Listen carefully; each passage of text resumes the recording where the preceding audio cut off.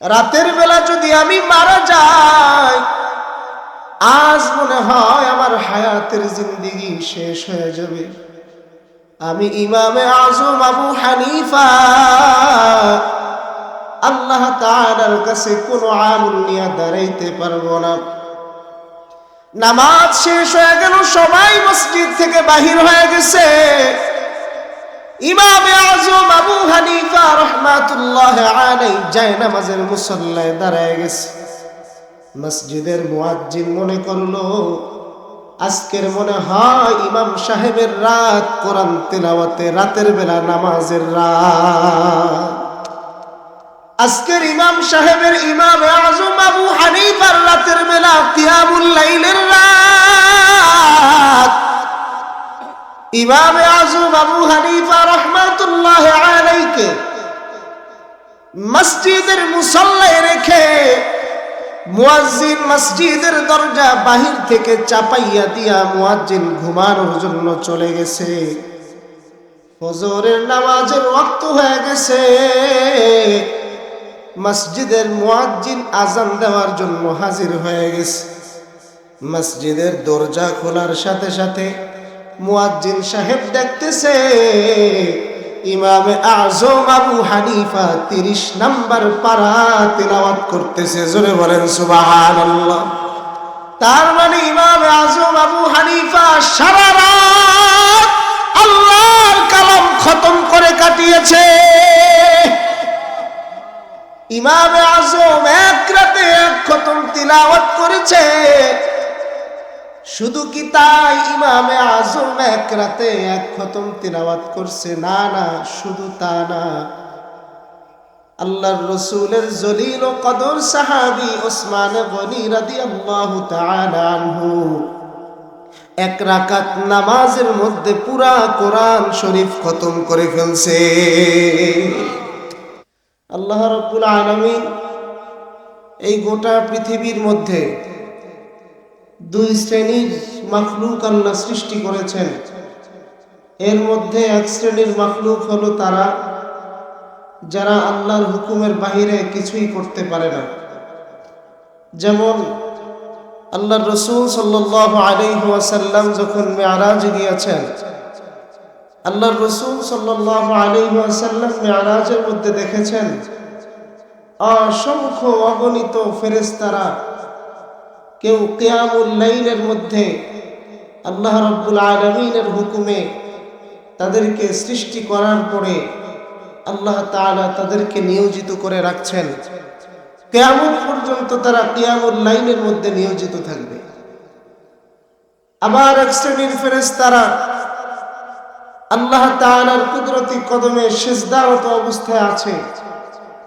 যারা কিয়ামত পর্যন্ত সিজদারত অবস্থায় থাকবে, তাদের মাথা উঠানোর মতো কোনো অনুভূতি তাদের ভিতরে জাগবে না। কারণ আল্লাহ তাআলা তাদেরকে সেই ইচ্ছাই দেন নাই যে তারা মাথা সিজদার থেকে উঠাবে। এমনকি হযরত ইসরাফিল আলাইহিস সালাতু ওয়াস সালাম সিংহা মুখের মধ্যে নিয়ে আল্লাহ তাআলার হুকুমের অপেক্ষায় আছে। আল্লাহ তাআলা কখন হুকুম দিবে, আল্লাহর হুকুমে ইসরাফিল আলাইহিস সালাতু ওয়াস সালাম সিংহায় ফুৎকার দিবে। ইসরাফিল আলাইহিস সালাতু ওয়াস সালামের এমন কোনো অনুভূতি অন্তরের মধ্যে জাগবে না যে ইসরাফিল মনে মনে ভাববে ওই কিয়ামত কখন হবে, কখন কিয়ামত হবে, কিয়ামত আরো বহু দূরে, যাই গিয়ে একটু জান্নাতের বাগান থেকে ঘুরে আসে। ইসরাফিলের এই অনুভূতি জাগবে? জোরে বলেন, আরো জোরে বলেন, জাগবে? কেন জাগবে না? কারণ আল্লাহ তাআলা তাকে হুকুমের বাধ্য করে বানিয়েছেন। আল্লাহ তাআলার হুকুম ব্যতীত তার কোনো কাজ এবং কর্ম, তার কোনো চাওয়া এবং পাওয়া নাই বিদায় আল্লাহ তাআলার হুকুমের বাহিরে সে কিছু করতে পারে না। আবার আরেক শ্রেণীর প্রাণীকে আল্লাহ তাআলা বানিয়েছেন যাদের অন্তরের মধ্যে ইচ্ছা শক্তি আছে, কিন্তু তারা মনিবের হুকুমের বাহিরে ইচ্ছা থাকা সত্ত্বেও কিছু করতে পারে না। যেমন আপনার আমার গোয়াল ঘরের গরু, কথা কি বুঝে আসছে? গোয়াল ঘরের গরুর ইচ্ছা আছে যে সে গলার থেকে দড়ি ছুটাইয়া মজার মজার খাবার আর একজনের ফসলে গিয়ে মুখ দিবে, কিন্তু সে ইচ্ছা বাস্তবায়ন করতে পারে? কেন পারে না? কারণ সে মনিবের হুকুমের বাহিরে কিছুই করতে পারে না। তার ইচ্ছা আছে ঠিক, কিন্তু তার ইচ্ছাটাকে তার বাণী গণ্ডির মধ্যে আবদ্ধ করে রাখছে। এরকম গরু, ছাগল, উট, ভেড়া, বকরি, মহিষ, বহু প্রাণী আছে, তাদের অন্তরে ইচ্ছা শক্তি আছে, কিন্তু মনিবের হুকুমের বাহিরে তাদের কিছুই করার ক্ষমতা নাই। একমাত্র আল্লাহ তাআলা, আল্লাহ রাব্বুল আলামিন তাদেরকে ইচ্ছা শক্তিও দিয়েছেন এবং কার্যক্ষমতা সম্পন্ন করার অধিকারও আল্লাহ তাদেরকে দিয়েছেন। পড়েন সুবহানাল্লাহ। একমাত্র মানুষ যারা অন্তরে যা ইচ্ছা পোষণ করে তারা তাই অন্তরের ইচ্ছা অনুযায়ী কার্য সম্পাদন করতে পারে। এই ক্ষমতা ফেরেশতার নাই, এই ক্ষমতা ভেড়া, বকরি, মহিষ, উট, গরু, ছাগলকে আল্লাহ দেয় নাই। একমাত্র ইচ্ছা শক্তি থাকার সত্ত্বে, ইচ্ছা শক্তি থাকার কারণে আল্লাহ তাআলা মানুষকে যা খুশি তা করার জন্য অনুমতি দিয়েছে। পড়েন সুবহানাল্লাহ। এই ইচ্ছা শক্তি মানুষ পাওয়ার পরে কেউ কেউ আছে গোটা জিন্দেগি গুনাহের মাধ্যমে লিপ্ত হয়ে গুনাহে বরবাদ করে ফেলে। আছে না নাই? জোরে বলেন, আছে না নাই? আল্লাহ তাআলা ইচ্ছা শক্তি দিয়েছে। ইচ্ছা শক্তি পাওয়ার পরে নিজের জীবনটাকে যেমন খুশি তেমন সাজো, অর্থাৎ যা মনে চায় তা করে। কেউ কেউ ইচ্ছা শক্তি পাওয়ার পরে রাতের বেলা মদ না খাইয়া ঘুমাইতে যায় না। আবার কেউ কেউ ইচ্ছা শক্তি পাওয়ার পরে রাতের বেলা ওযু ছাড়া বিছানায় যায় না। পড়েন সুবহানাল্লাহ। কেউ কেউ ইচ্ছা শক্তি থাকা সত্ত্বে রাতের বেলা নারীদের সাথে মজা মস্তি না করে বিছানায় যাইতে পারে না। আবার কেউ কেউ ইচ্ছা শক্তি থাকা সত্ত্বেও আল্লাহ তাআলার হুকুমের বাহিরে নিজেকে কখনোই সুপুর্দ করতে পারে না। এইটা সম্পূর্ণ মাখলুকের ইচ্ছা। কেউ কেউ তো আছে এমনও, আমাদের বুজুর্গদের জীবনের দিকে তাকাইলে আমরা দেখি ইমামে আযম আবু হানিফা রাহমাতুল্লাহ আলাইহি 40টা বছর পর্যন্ত আল্লাহর হুকুমের বাহিরে আল্লাহর বান্দা কখনো রাতের বেলা বিছানায় পিঠ লাগায় নাই। জোরে বলেন সুবহানাল্লাহ। ইমামে আযম আবু হানিফা রাহমাতুল্লাহ আলাইহি 40 বছর পর্যন্ত রাতের বেলা দাঁড়াইয়া দাঁড়াইয়া আল্লাহ তাআলার ইবাদতে মশগুল। রাতের বেলা ঘুম নাই, সারা রাত আল্লাহ তাআলার ইবাদতের মধ্যে লিপ্ত। একদিনে সার নামাজের আজান হয়ে গেছে। ইমামে আযম আবু হানিফা রাহমাতুল্লাহ আলাইহি এশার নামাজের জামাতের মধ্যে দাঁড়ায় গেছে। মসজিদের ইমাম সাহেব সূরাতু জিলজাল তিলাওয়াত করতেছে। এমন অবস্থায় ইমামে আযম আবু হানিফা রাহমাতুল্লাহ আলাইহি ভাবলেন, রাতের বেলা যদি আমি মারা যাই, আজ মনে হয় আমার হায়াতের জিন্দেগি শেষ হয়ে যাবে। আমি ইমামে আযম আবু হানিফা আল্লাহ তাআলার কাছে কোনো আমল নিয়ে দাঁড়াইতে পারবো না। নামাজ শেষ হয়ে গেল, সবাই মসজিদ থেকে বাহির হয়ে গেছে। ইমামে আযম আবু হানিফা রাহমাতুল্লাহ আলাইহি যায় নামাজের মুসল্লায় দাঁড়ায় গেছে। মসজিদের মুয়াজ্জিন মনে করলো আজকের মনে হয় ইমাম সাহেবের রাত কোরআন তিলাওয়াতে, রাতের বেলা নামাজের রাত। আজকের ইমাম সাহেবের, ইমামে আযম আবু হানিফার রাতের বেলা কিয়ামুল লাইলের রাত। ইমাম আযম আবু হানিফা রাহমাতুল্লাহ আলাইহিকে মসজিদের মুসল্লায় রেখে মুয়াজ্জিন মসজিদের দরজা বাহির থেকে চাপাইয়া দিয়া মুয়াজ্জিন ঘুমানোর জন্য চলে গেছে। ফজরের নামাজের ওয়াক্ত হয়ে গেছে। মসজিদের মুয়াজ্জিন আজান দেওয়ার জন্য হাজির হয়ে গেছে। মসজিদের দরজা খোলার সাথে সাথে মুয়াজ্জিন সাহেব দেখতেছে ইমাম আযম আবু হানিফা 30 নাম্বার পারা তিলাওয়াত করতেছে। জোরে বলেন সুবহানাল্লাহ। তার মানে ইমাম আযম আবু হানিফা সারা রাত আল্লাহর কালাম খতম করে কাটিয়েছে। ইমাম আযম এক রাতে এক খতম তিলাওয়াত করেছে। শুধু কি তাই ইমাম আযম এক রাতে এক খতম তিলাওয়াত করছে? না না, শুধু তা না, আল্লাহর রাসূলের জলিল ও কদর সাহাবী ওসমান গনি রাদিয়াল্লাহু তাআলা আনহু এক রাকাত নামাজের মধ্যে পুরা কোরআন শরীফ খতম করে ফেলছে। শুধু কি তাই না, না, তামিমে দারি রাদিয়াল্লাহু তাআলা আনহু যুবক সাহাবী, বয়স কেবলমাত্র 25 থেকে 30-এর কোটায়। তামিমে দারি রাদিয়াল্লাহু তাআলা আনহু রাতের বেলা 2 রাকাত নামাজের মধ্যে আল্লাহর কোরআন খতম করে ফেলছে। জোরে বলেন সুবহানাল্লাহ। কে এই তামিমে দারি? তামিমে দারি রাদিয়াল্লাহু তাআলা আনহুর ঈমান কত মজবুত। একবার ওমরে ফারুক রাদিয়াল্লাহু তাআলা আনহুর জামানায় মক্কার জমিনের মধ্যে পাহাড়ের ভিতর থেকে আগুনের ঢল আসতেছে।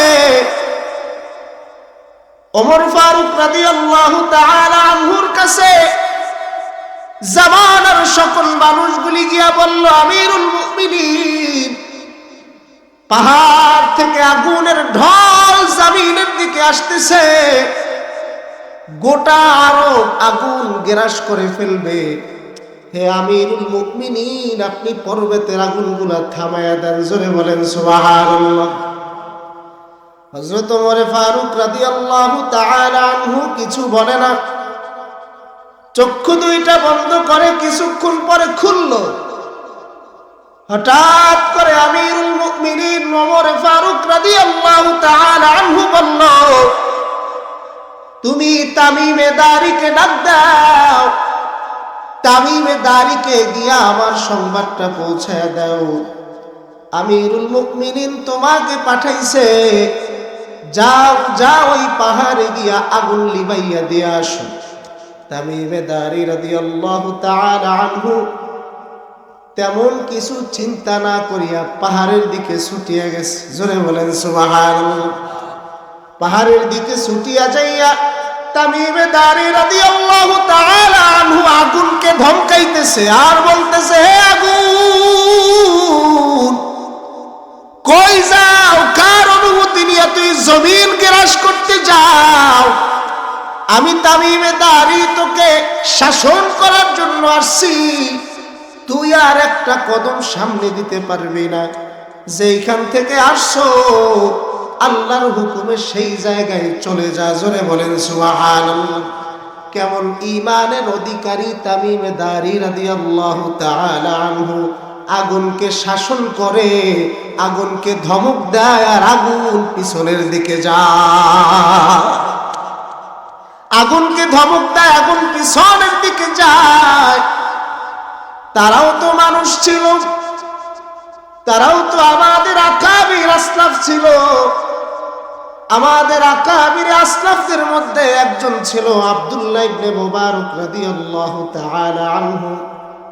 তার ছাত্ররা তাকে ক্লাসের মধ্যে প্রশ্ন করে, ওস্তাদজি, দুনিয়ার মধ্যে সবচেয়ে বেশি পছন্দের জায়গা আপনার কাছে কোনটা? দুনিয়ার মধ্যে সবচেয়ে পছন্দের জিনিস আপনার কাছে কোনটা? তামিমে দারি রাদিয়াল্লাহু তাআলা আনহু উত্তর দেয়, আমার কাছে দুনিয়ায় সবচেয়ে দুইটা জিনিস বেশি প্রিয়। এক নাম্বার হলো সানাদুন আলী বাইতুল খালি। জোরে বলেন সুবহানাল্লাহ। আমার কাছে দুইটা জিনিস সবচেয়ে বেশি প্রিয়। এক নাম্বার হলো সানাদুন আলী, আলী সনদের হাদিসগুলো, শক্তিশালী সনদের হাদিসগুলো আমার কাছে সবচেয়ে বেশি প্রিয়। দুই নাম্বার হইল বাইতুল খালি, দুই নাম্বার হইল খালি ঘর আমার কাছে সবচেয়ে প্রিয়। কি ঘর? খালি ঘর আমার কাছে সবচেয়ে বেশি প্রিয়। ওস্তাদ যে খালি ঘর কেন আপনি বেশি পছন্দ করেন? আব্দুল্লাহ ইবনে মুবারক রাদিয়াল্লাহু তাআলা আনহু জবাব দেয়, ও আমার ছাত্ররা শোনো, আমার কাছে খালি ঘর সবচেয়ে বেশি প্রিয়। তার কারণ হইল যখন ঘরটা খালি থাকে, খালি ঘরের মধ্যে আমি আমার আল্লাহর সাথে নামাজের মধ্যে কথা বলি। জোরে বলেন সুবহানাল্লাহ। খালি ঘরের মধ্যে আমি সব সময় নামাজের মধ্যে আমার আল্লাহর সাথে কথা বলি। আর যখন কিয়ামুল লাইল থাকে না, আর যখন নামাজ আমার থাকে না, নামাজ পড়া ব্যতীত আমি হাদিসের পাতায় পাতায়, হাদিসের পৃষ্ঠায় পৃষ্ঠায় আমি আল্লাহর নবীর সাথে কথা বলি। জোরে বলেন সুবহানাল্লাহ। হাদিসের পৃষ্ঠায় পৃষ্ঠায় পাতায় পাতায় আমি আমার নবীর সাথে কথা বলি। যখন হাদিসগুলি আমি তরজমা করি, হাদিসগুলি যখন আমি ব্যাখ্যা করতে যাই, আমি প্রত্যেকটা হাদিসের পাতায় পাতায় সাহাবায়ে কেরামের সাথে গল্প করি। জোরে বলেন সুবহানাল্লাহ। এই জন্য সবচেয়ে আমার দুইটা জিনিস বেশি প্রিয়। এক নম্বর হইল সানাদুন আলী, আলী সনদের হাদিস। দুই নাম্বার হইল বাইতুল খালি, খালি ঘর সবচেয়ে বেশি আমার কাছে প্রিয়। বর্তমান জামানায় আমাদের সবচেয়ে বেশি প্রিয় হইল ভরা ঘর। কথা কোন ঠিক না বেঠিক? যেই ঘরের মধ্যে টিভি নাই ওই ঘরে আমাদের ভালো লাগে না। যেই ঘরের মধ্যে নর্তকীর নাচের আওয়াজ নাই ওই ঘরের মধ্যে মুসলমানের ভালো লাগে না। যেই ঘরের মধ্যে কবিরা গুনাহ নাই ওই ঘরের মধ্যে মুসলমানের ভালো লাগে না। যেই ঘরের মধ্যে পহেলা বৈশাখের দিন সকালবেলা পান্তা ভাতের ইলিশ মাছ নাই ওই ঘরের মধ্যে মুসলমানের ভালো লাগে না। কথা বলেন ঠিক না বেঠিক? যেই ঘরের মধ্যে আল্লাহর কোরআনের তিলাওয়াত আছে, যেই ঘরের মধ্যে 5 ওয়াক্ত নামাজ আছে, যেই ঘরের মধ্যে পর্দা আছে ওই ঘরের মধ্যে ভালো লাগে না। কারণ কি? যেই ঘরের মধ্যে পর্দা আছে ওই ঘরের জামাইরা যদি শ্বশুর বাড়িতে বেড়াইতে আসে, আইসা সালামুর লগে কথা কইতে পারে না, সমন্দির বউরে দেখতে পারে না, মনে বড় কষ্ট। সমন্দির বউর লগে গল্প করতে পারে না। আজকের মুসলমানদের অবস্থা এমন হইছে, মুসলমানরা গুনাহের কাজে বেশি খুশি হয় আর নেক কাজে মুসলমানরা বেশি কষ্ট পায়। কথা কোন ঠিক না বেঠিক? মুসলমানরা নেক কাজে বেশি কষ্ট পায়, গুনাহের কাজে বেশি খুশি হয়। অথচ আব্দুল্লাহ ইবনে মুবারক রাদিয়াল্লাহু তাআলা আনহু, তার কাছে এমন বেশি প্রিয় ছিল নেক কাজ। তার যখন রাতের বেলায় কাজ থাকতো না, রাতের বেলা চাঁদের আলোতে, জ্যোৎস্নার আলোতে তার বাড়ির ছাদে বসে তিনি নামাজ আদায় করতেন। জোরে বলেন সুবহানাল্লাহ। তার বাড়ির ছাদে বসে তিনি নামাজ আদায় করতে থাকতেন। আল্লাহর দরবারে সারা রাত রোনাজারি করার মধ্য দিয়ে কাটিয়ে দিতেন। আল্লাহ তাআলা তার ইবাদতটাকে এমন ভাবে কবুল করছে, তার মৃত্যুটাও বড় আজীব এক মৃত্যু আল্লাহ তাআলা দিয়েছেন। আব্দুল্লাহ ইবনে মুবারক রাদিয়াল্লাহু তাআলা আনহু হাদিসের মসনদে বসে ছাত্রদেরকে হাদিস পড়াইতেছে। আব্দুল্লাহ ইবনে মুবারক রাদিয়াল্লাহু তাআলা আনহু ছাত্রদেরকে হাদিস পড়াইতেছে, সনদ পড়াইতেছে, হাদিসের সনদ পড়তেছে। ছাত্ররা হাদিসের সনদ পড়ে, হাদ্দাসানা ফুলান ইবনে ফুলান, হাদ্দাসানা ফুলান ইবনে ফুলান, হাদ্দাসানা ফুলান ইবনে ফুলান।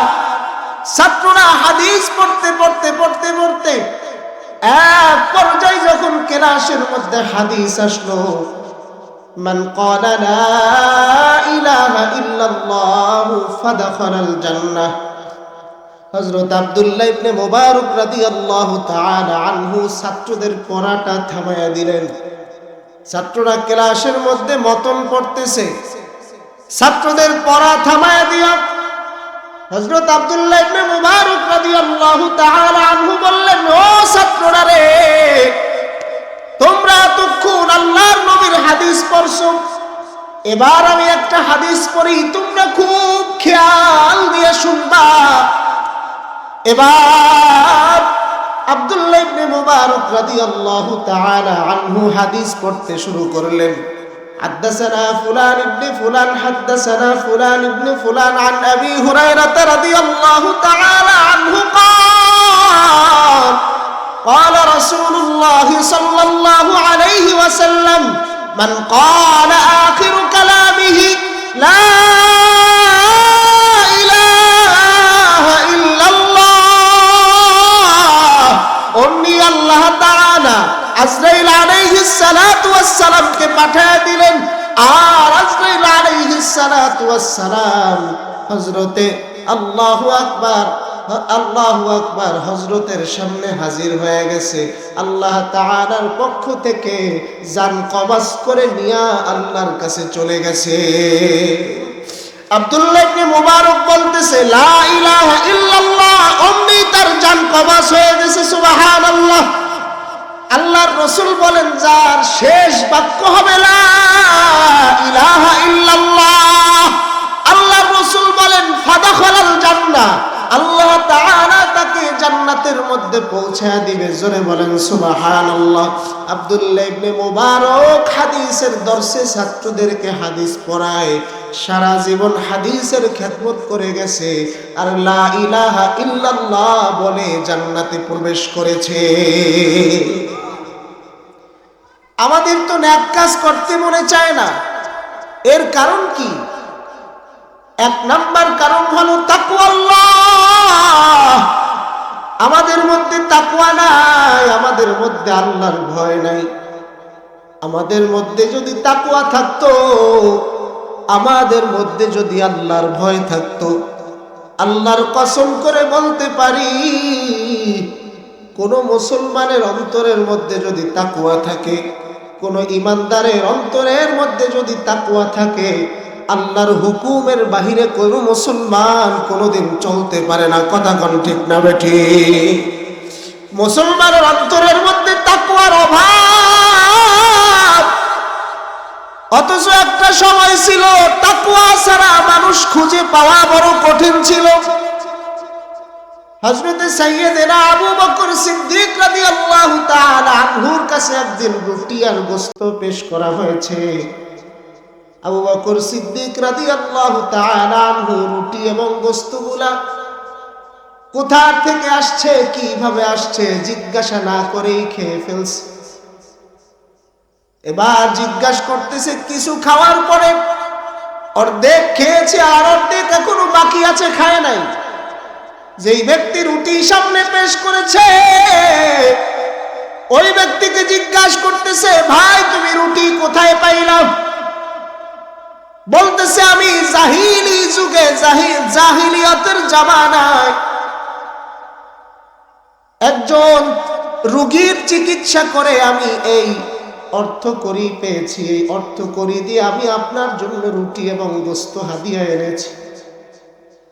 আবু বকর রাদিয়াল্লাহু তাআলা আনহু জিজ্ঞাসা করলেন, ও ভাই, তুমি তো জাহিলিয়াতের জামানায় রুটি এবং গোশত তোমার চিকিৎসার টাকা দিয়ে ক্রয় করেছো, তোমার চিকিৎসার সময় কি তুমি আল্লাহর নাম নিয়ে চিকিৎসা করছো? আল্লাহর বান্দা উত্তর দেয়, জাহিলি জামানায় আমি ইসলাম কি তাই তো বুঝতাম না, কেমনে কোরআন হাদিস দিয়া চিকিৎসা করব। আবু বকর রাদিয়াল্লাহু তাআলা আনহু বলতেছে, ভাই তুমি যে আমাকে রুটি খাওয়াইছো, এইটা তো তুমি আমাকে হালাল খাদ্য খাওয়াও নাই, আমার পেটের মধ্যে তুমি হারাম খাদ্য ঢুকায় দিছো। এবার আবু বকর রাদিয়াল্লাহু তাআলা আনহু, মানুষ বিষ খাইলে যেইভাবে হসপিটালে ওয়াশ করে কি করে না? বিষ খাওয়ার পর দেখছেন হসপিটালে পাইপ ঢুকাইয়া কেমনে ওয়াশ করে? আবু বকর রাদিয়াল্লাহু তাআলা আনহু, আল্লাহ তাআলা কেমন তাকওয়ার পোশাক তার গায়ে পরাইছে। আবু বকর রাদিয়াল্লাহু তাআলা আনহু পেট ভরে পানি খেয়ে গলার মধ্যে আঙ্গুল দিয়ে বমি করতে করতে করতে করতে যতক্ষণ পর্যন্ত তার পেটের ভিতর থেকে রুটি এবং গোশত বাহির হয় নাই, ততক্ষণ পর্যন্ত আল্লাহর বান্দা বমি করতেছিল। জোরে বলেন সুবহানাল্লাহ। মানুষের মধ্যে তাকওয়া ছিল, পরহেজগারি ছিল। এজন্যই আল্লাহ তাআলা কোরআনুল কারীমের মধ্যে আয়াত নাজিল করে বলতেছেন, ওয়া আম্মা মান খাফা মাকামা রাব্বিহি ওয়া নাহান নাফসা আনিল হাওয়া, যার মধ্যে আমি আল্লাহর ভয় বিদ্যমান থাকবে, যারা আমি আল্লাহ তাআলাকে ভয় করে দুনিয়ার মধ্যে পথ চলবে, আমি আল্লাহ তাআলা তাদেরকে মৃত্যুবরণ করার পরে ফাইনাল জান্নাতা হিয়াল মাওয়া, আমি আল্লাহ তাআলা তাদের জন্য জান্নাত নির্ধারণ করে রাখছি। জোরে বলেন সুবহানাল্লাহ। আল্লাহ তাআলা তাদেরকে জান্নাত দিবেন যারা আল্লাহ তাআলাকে ভয় করে। কথা বলেন ঠিক না বেঠিক? আর চালাক ওই ব্যক্তি, যেই ব্যক্তি দুনিয়ার হায়াত পাওয়ার পরে তারা নিজেরা আল্লাহ তাআলার কাজে ব্যয় করেছে, হায়াতের প্রত্যেকটা সময়, প্রত্যেকটা সেকেন্ড, প্রত্যেকটা মুহূর্ত আল্লাহ তাআলার হুকুমের বাহিরে ব্যয় করে নাই। এই জন্য আল্লাহর রাসূল সাল্লাল্লাহু আলাইহি ওয়াসাল্লাম হাদিসের মধ্যে বলেন, আল কাইয়িসু মান দানা নাফসাহু ওয়া আমিলা লিমা বা'দাল মাউত, যারা মৃত্যুর আগে এই পরপারের জিন্দেগি যারা মৃত্যুর আগে নিশ্চিত করেছে, যারা মৃত্যুর আগে তাদের জীবনটাকে সুন্দরভাবে গুছাইতে পারছে, যারা আল্লাহর সন্তুষ্টি অর্জন করে কবরে যাইতে পারছে, তারাই হলো একমাত্র চালাক। আর ওই চালাক ব্যক্তিরাই আল্লাহ জান্নাতের মেহমান। আল্লাহ তাআলা আমাদেরকে এই দুনিয়ার ইহকাল জিন্দেগিতে সুন্দর সুন্দর নেক আমলগুলি করে আল্লাহর হুকুমের বাহিরে যাতে আপনার আমার নেক আমল না হয়, পারবো তো ইনশাআল্লাহ? আল্লাহর হুকুমের বাহিরে যাতে কোনো কাজ না হয়। আপনি আমি দুনিয়ার মধ্যে কার হুকুমে বাঁচবো? জোরে বলেন, আরো জোরে বলেন, কার হুকুমে বাঁচবো? একটা মানুষের শক্তি আছে হারাম খাওয়ার, কথা কোন ঠিক না বেঠিক? কিন্তু ওই মানুষটা যখন ভাববে যে আমি এই হারাম খাইলে দুনিয়ার কেউ না দেখলেও দেখে কে? আরো জোরে বলেন, কে? দুনিয়ার কেউ না দেখলেও দেখে আল্লাহ।